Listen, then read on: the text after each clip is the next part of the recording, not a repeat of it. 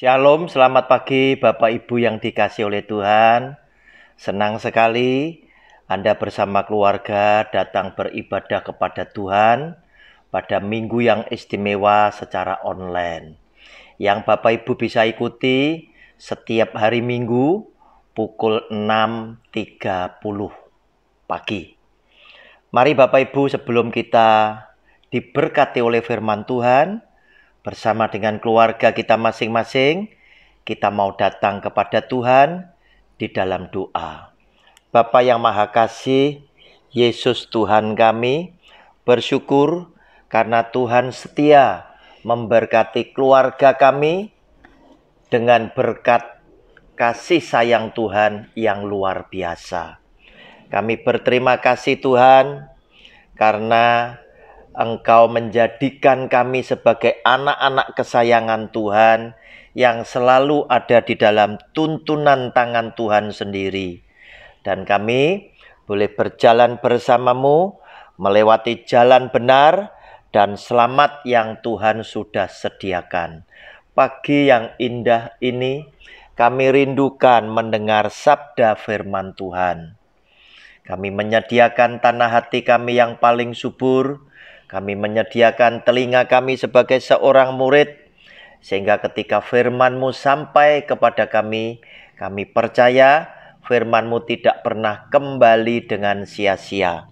Tetapi firman Tuhan di pagi yang indah ini akan menjadi berkat yang luar biasa di dalam kehidupan kami.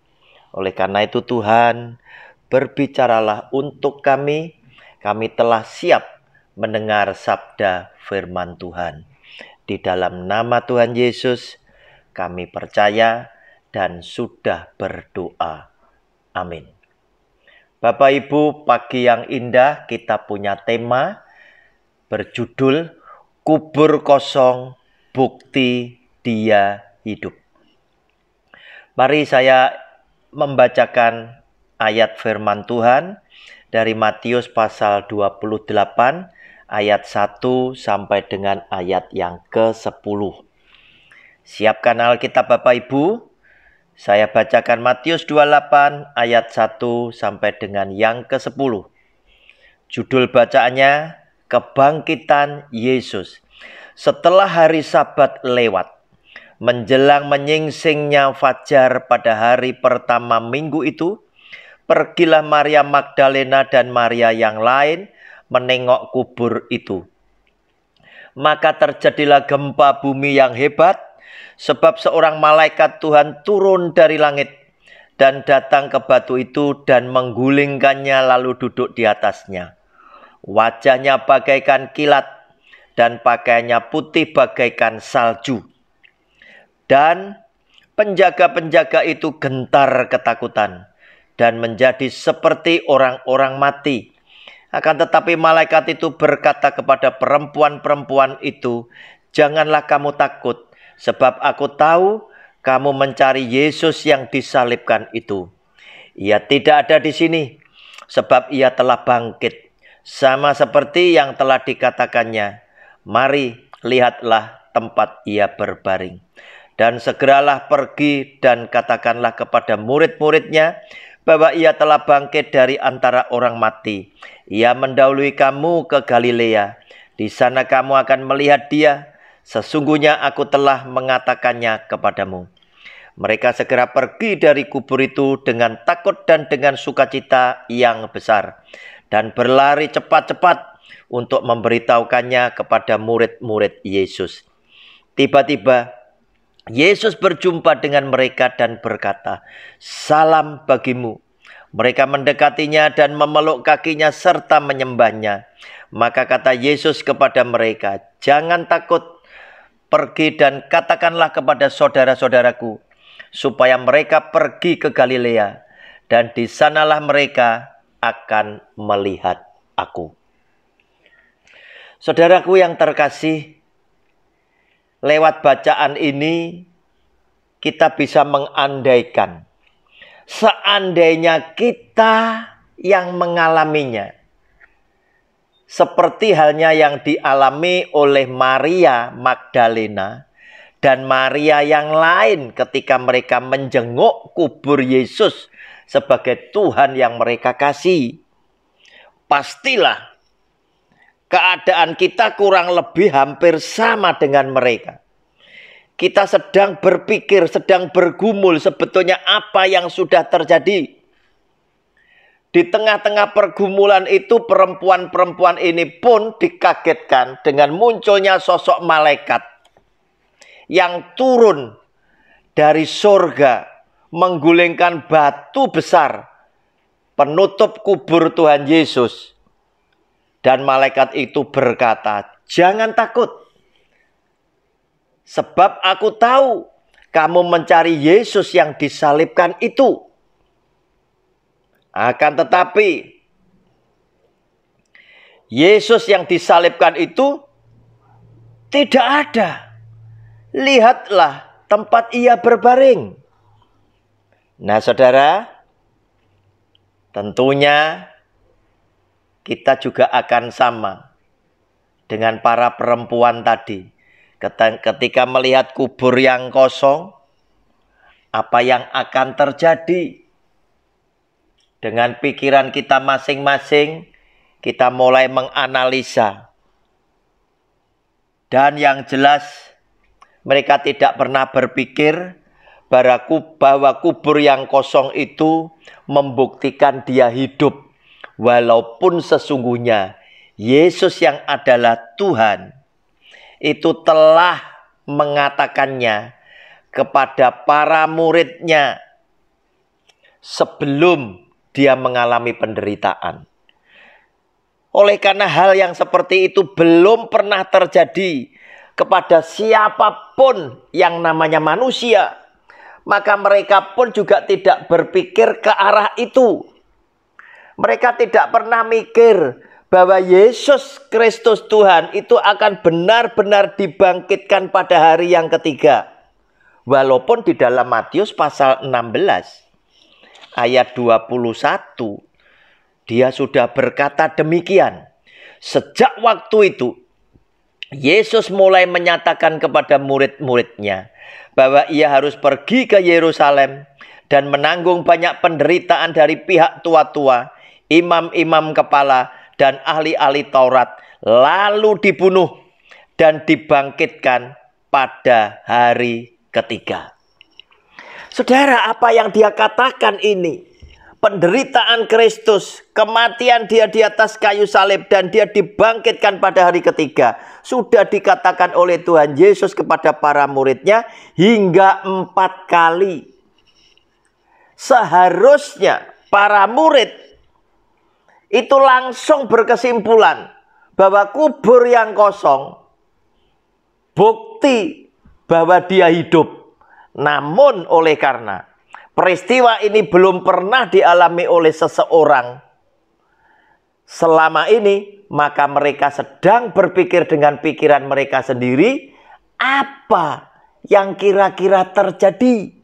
Siapa yang telah mencuri jenazah Yesus sebagai Tuhan dan gurunya? Walaupun mereka berjumpa dengan malaikat, mereka tetap berpikir apa yang sedang terjadi atas Yesus Kristus, Tuhan dan gurunya itu. Nah, saudara, di tengah-tengah pergumulan itu, tiba-tiba Yesus berjumpa dengan mereka dan berkata, "Salam bagimu." Artinya, Tuhan Yesus berkenan menampakkan diri kepada para perempuan yang datang menjenguk kubur Tuhan Yesus.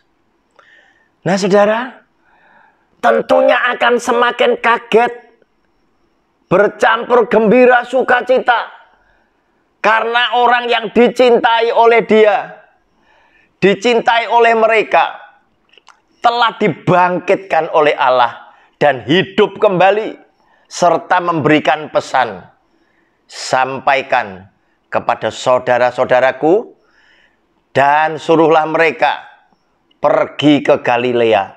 Nanti di sanalah mereka akan melihat aku kembali. Saudara, pengalaman yang menakjubkan sekaligus membuat mereka itu bingung, membuat mereka sukacita, bercampur aduk dan lain sebagainya.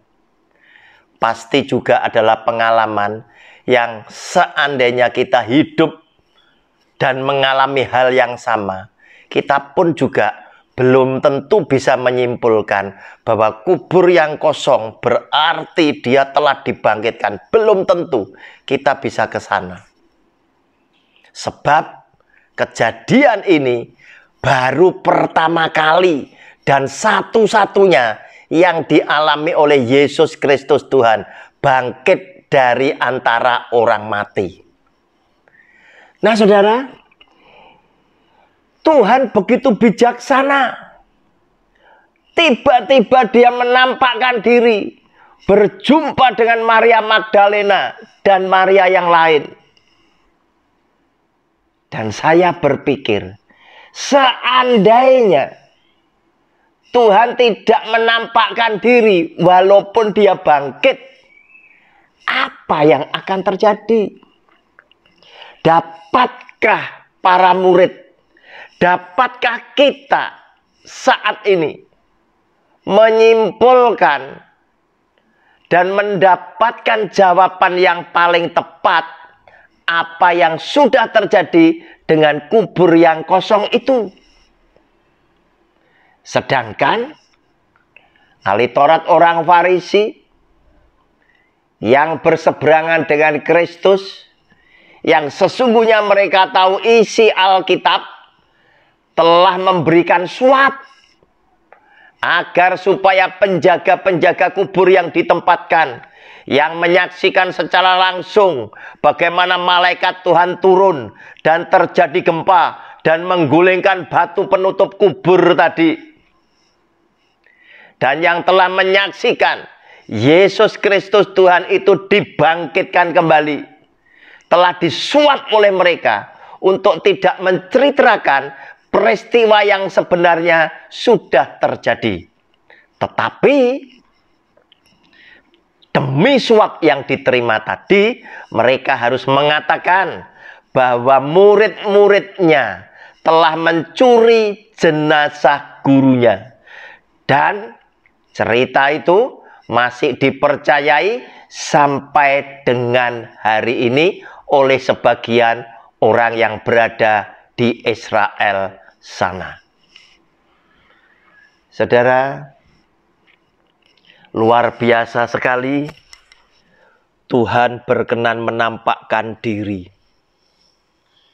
Seandainya dia tidak menampakkan diri, bagaimana jadinya dengan kita yang hanya membaca kitab suci tetapi harus mengimani? Sebab hampir semua manusia juga memiliki cara berpikir seperti Thomas, di mana Thomas juga tidak mudah percaya jika dia belum menyaksikan bukti-buktinya. Demikian pula para rasul. Para rasul adalah orang-orang sederhana. Walaupun Tuhan Yesus sudah berkata sampai 4 kali, berarti itu penting, berarti itu serius, dan berkata-kata dengan jelas tidak perlu ditafsirkan. Tetapi mereka sesungguhnya adalah orang yang sederhana, yang belum mengerti tentang kitab suci. Sehingga di dalam Lukas pasal 24 ayat 44 dikatakan demikian. 24 ayat 44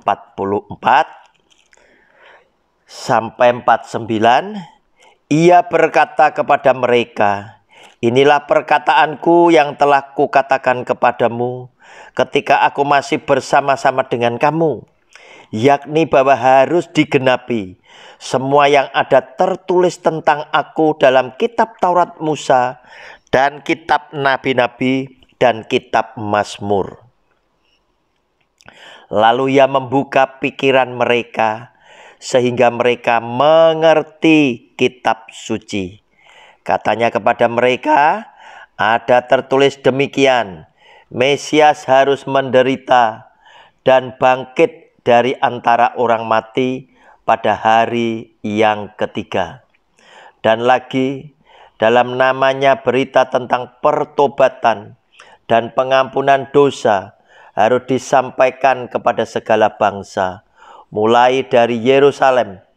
Kamu adalah saksi dari semuanya ini, dan aku akan mengirim kepadamu apa yang dijanjikan Bapakku. Tetapi kamu harus tinggal di dalam kota ini sampai kamu diperlengkapi dengan kekuasaan dari tempat tinggi. Saudara, karena kesederhanaan para rasul ini juga adalah orang yang sesungguhnya belum mengerti tentang isi kitab suci. Tetapi ketika Yesus Kristus Tuhan menampakkan diri, barulah Tuhan Yesus mengingatkan bahwa apa yang terjadi hari ini sudah aku katakan kepadamu. Dan Tuhan Yesus berkenan membuka pikiran mereka sehingga mereka saat itu juga mengerti tentang isi kitab suci. Sebagai bekal mereka memberitakan firman Tuhan kepada bangsa-bangsa agar mereka bertobat, percaya kepada Kristus, dan mereka boleh diselamatkan. Saudaraku, Thomas punya pikiran kurang lebih sama dengan kita. Jangan salahkan Thomas jika ketika itu Thomas harus berkata, sekali-kali aku tidak akan percaya sebelum aku melihat bekas lubang paku yang ada di tangannya. Saudara, mari kita lihat apa yang dikatakan oleh Thomas ketika Tuhan Yesus menampakkan diri. Saya bacakan Yohanes pasal yang ke-20. Ayatnya ke-24 sampai dengan 29. Yesus menampakkan diri kepada Thomas. Tetapi Thomas, seorang dari ke-12 murid itu, yang disebut Didimus, tidak ada bersama-sama mereka ketika Yesus datang ke situ. Maka kata murid-murid yang lain itu kepadanya, kami telah melihat Tuhan. Tetapi Thomas berkata kepada mereka, sebelum aku melihat bekas paku pada tangannya, dan sebelum aku mencucukkan jariku ke dalam bekas paku itu, dan mencucukkan tanganku ke dalam lambungnya, sekali-kali aku tidak akan percaya. 8 hari kemudian, murid-murid Yesus berada kembali dalam rumah itu, dan Thomas bersama-sama dengan mereka. Sementara pintu terkunci, Yesus datang dan ia berdiri di tengah-tengah mereka dan berkata, damai sejahtera bagi kamu. Kemudian ia berkata kepada Thomas, taruhlah jarimu di sini dan lihatlah tanganku, ulurkanlah tanganmu dan cucukkan ke dalam lambungku, dan jangan engkau tidak percaya lagi, melainkan percayalah. Thomas menjawab dia, ya Tuhanku dan Allahku. Kata Yesus kepadanya, karena engkau telah melihat aku, maka engkau percaya. Berbahagialah mereka yang tidak melihat, namun percaya. Saudara, Tuhan Yesus menampakkan diri kepada para muridnya ketika mereka mengurung diri pada sebuah rumah dengan pintu yang terkunci. Saat pertama kali, Thomas tidak di situ. Murid-murid yang lain sudah yakin bahwa mereka berjumpa dengan Yesus sebagai Tuhan dan gurunya. Sebab Tuhan menunjukkan bukti-bukti bahwa ini memang jati dirinya. Namun, karena Thomas tidak ada di sana, maka para murid berkata kepada Thomas bahwa mereka telah berjumpa, telah melihat Yesus yang dibangkitkan, Tuhan dan Guru mereka. Tetapi apa yang dikatakan oleh Thomas adalah seorang yang punya pemikiran yang realistis. Sama dengan saudara dan saya. Punya pikiran yang realistis. Tidak mudah percaya jika tidak melihat adanya bukti. Saudara, Thomas berkata, sekali-sekali aku tidak akan percaya jika aku belum melihat bekas lubang yang ada di telapak tangannya dan jariku mencucukkan ke dalamnya. Nah, saudara, apa yang ada di dalam pikiran Thomas diketahui oleh Yesus yang adalah Tuhan. Oleh karena itu, setelah 8 hari, mereka kemudian berkumpul di rumah itu lagi dengan pintu yang terkunci karena mereka takut dengan orang-orang Yahudi yang sedang mencari pengikut Kristus untuk dihukum bersama-sama dengan Kristus. Maka tiba-tiba Tuhan Yesus ada di tengah-tengah mereka. Dan pada saat itu Tuhan Yesus langsung memanggil kepada Thomas, menunjukkan telapak tangannya, menunjukkan lambungnya, supaya Thomas melihat, Thomas mencucukkan jarinya, dan membuktikan bahwa ini benar-benar Yesus Tuhan yang mati di atas kayu salib, yang telah dibangkitkan oleh Bapaknya seperti yang sudah Dia katakan. Nah, saudara, Thomas sangat takjub, sangat takut, sangat menghormati Tuhannya. Dan kemudian Tuhan Yesus berkata, Thomas, kamu percaya karena kamu sudah melihat. Tetapi berbahagialah bagi setiap orang yang percaya walaupun tidak melihat. Nah, saudara, sepertinya Tuhan Yesus ingin sampaikan kepada Anda dan saya, percaya dengan tidak melihat itu sesuatu hal yang sulit. Dan jika orang bisa melakukannya, maka sesungguhnya orang ini yang bisa percaya dengan tidak melihat adalah orang yang punya tingkat kepercayaan yang lebih tinggi daripada percaya karena melihat bukti. Dan Thomas percaya setelah melihat bukti. Karena itu Tuhan berkata, berbahagialah setiap orang yang percaya walaupun dia tidak melihat. Nah, Bapak Ibu, luar biasa sekali apa yang dilakukan oleh Tuhan kita, karena Dia adalah Allah yang Maha Kuasa. Dia mengetahui cara berpikir Thomas, Dia mengetahui cara berpikir Anda dan saya, sehingga ketika Dia menampakkan diri, itu membuktikan betul-betul bahwa kubur yang kosong itu membuktikan bahwa Dia hidup. Seperti yang Dia sudah pernah katakan sebelum Dia menjalani penderitaan di atas kayu salib.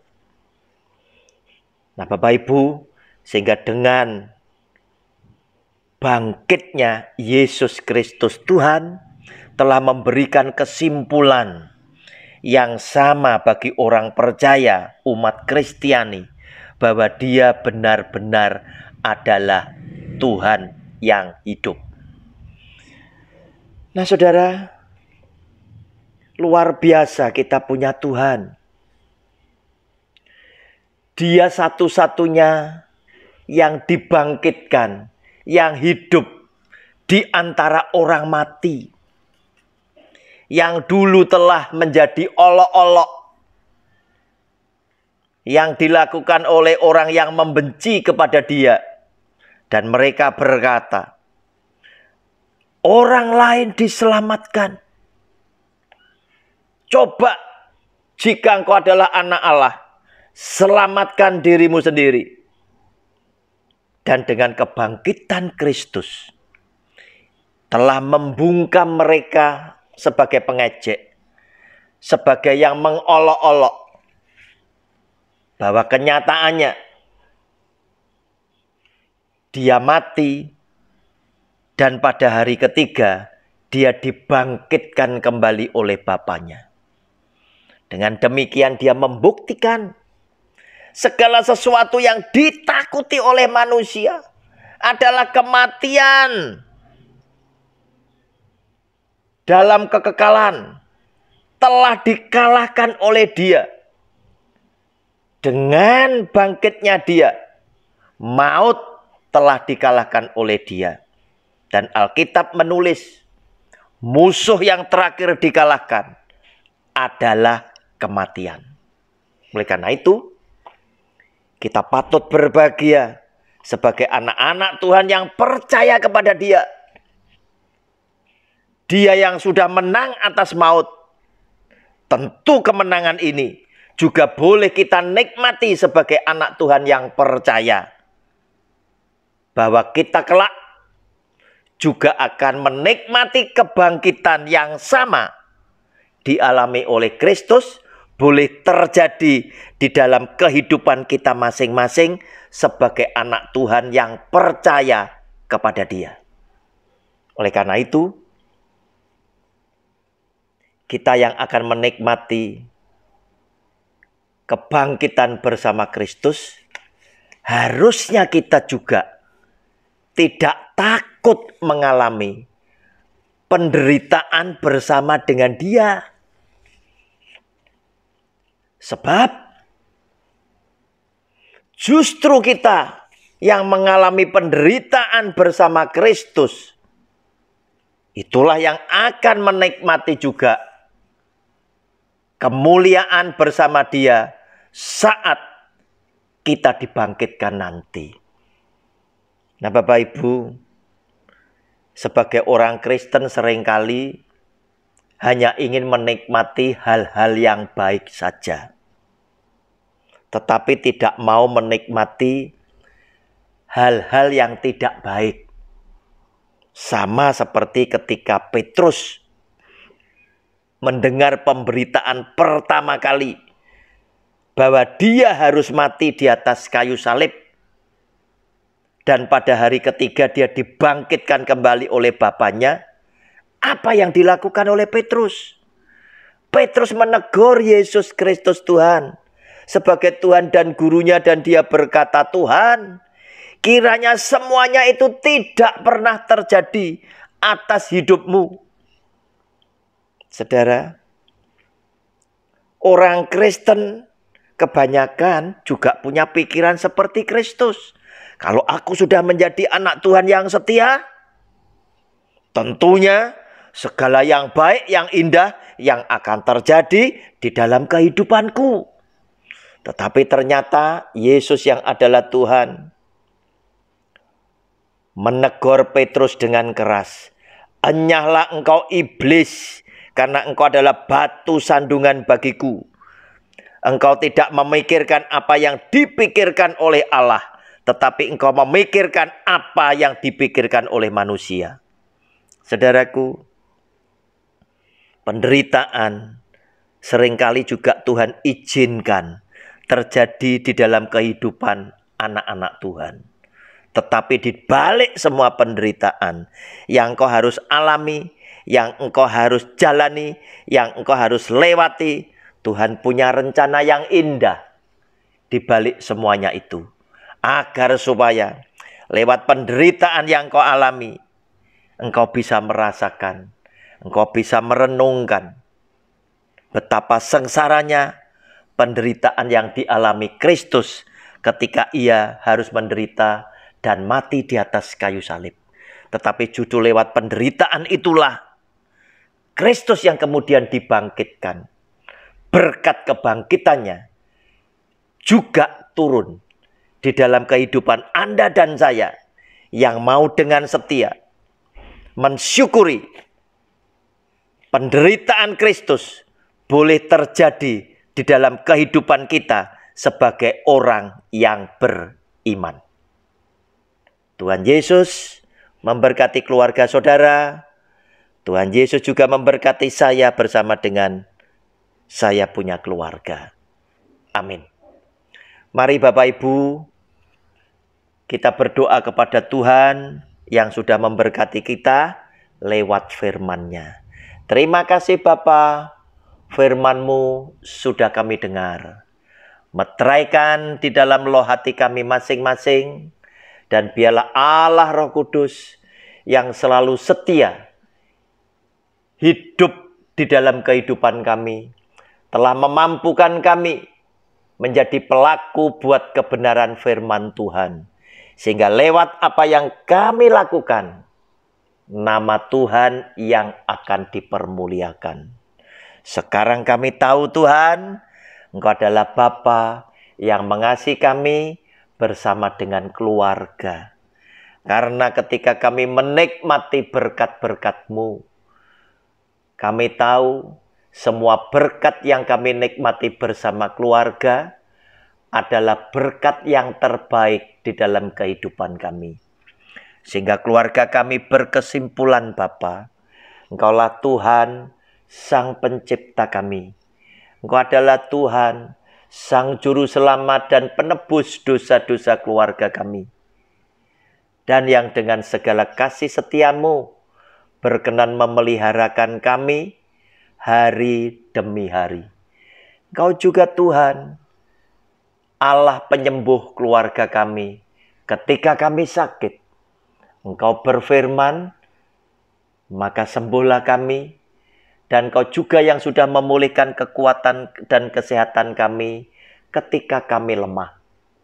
Engkau juga adalah Allah yang selalu hadir sebagai penolong keluarga kami ketika kami harus menghadapi persoalan hidup yang menekan. Dan Engkau juga adalah Allah yang selalu hadir sebagai pelindung kami, pembela keluarga kami, yang sudah melepaskan seluruh keluarga kami dari semua yang jahat. Kami percaya Engkau hadir di tengah-tengah ibadah kami. Engkau mendengar setiap doa kami ya Bapa, dan Engkau telah mengabulkan doa-doa kami. Di dalam nama Tuhan Yesus, kami percaya dan sudah berdoa. Amin.